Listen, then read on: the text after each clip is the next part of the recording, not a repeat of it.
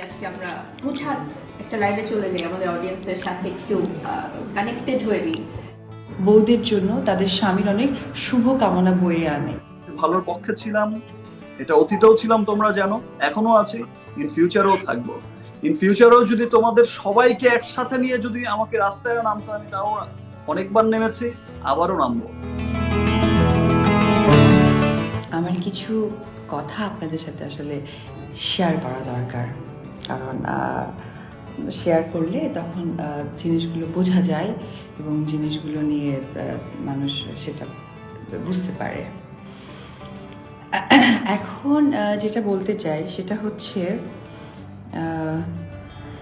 আমি আমার বাচ্চাকে নিয়ে এসেছিলাম ডিসেম্বরে একটু ঘুরতে, যেহেতু ওর উইকেন্ড ছিল, স্কুল থেকে ছুটি পেয়েছিলাম, তো আমি ভেবেছি ওখানে তো খুব একটা বের হওয়া হয় না, তো তখন আমি এখানে এসে, তো তখন দুর্গাপূজা পড়ে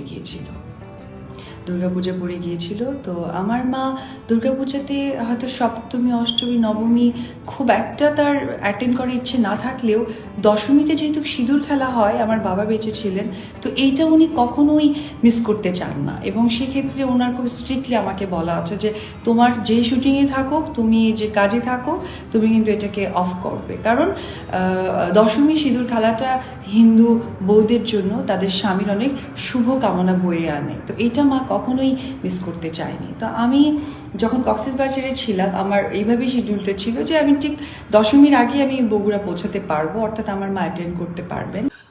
আচ্ছা, গত বছর তো তোমাদের দুটো ছবি খুব ভালো গেছে গত বছর, এবং তুমিও অনেক প্রশংসা পেয়েছো। উই হোপ যে ইনশাআল্লাহ তুমি তো ভারত বাংলাদেশ অ্যাওয়ার্ডও পেয়েছো।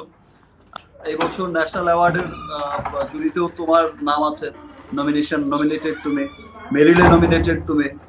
সো যে সাফল্য তোমার, যে সফলতা তোমার কেমন লেগেছে বা তোমার কেমন লাগে? না, প্রথমে আমার প্রিয় অডিয়েন্সদেরকে আসসালামু আলাইকুম। যদিও খাওয়ার সময় আসলে সালামটা ওরকম আমরা খুব একটা দিই না বা দেওয়া ঠিক না, কিন্তু তারপরেও আর হুট করে লাইফে ভাইয়া যেটা হচ্ছে, আমার একটা প্রোগ্রাম ছিল, ওখান থেকে আসলে বের হচ্ছিলাম, তো তারপর ভাইয়া ফোন করলো হুট করে, বললো যে আজকে আমরা হুটহাট একটা লাইভে চলে যাই, আমাদের অডিয়েন্সের সাথে একটু কানেক্টেড হয়ে নিই আমাদের রিসেন্ট ফিল্ম টান নিয়ে।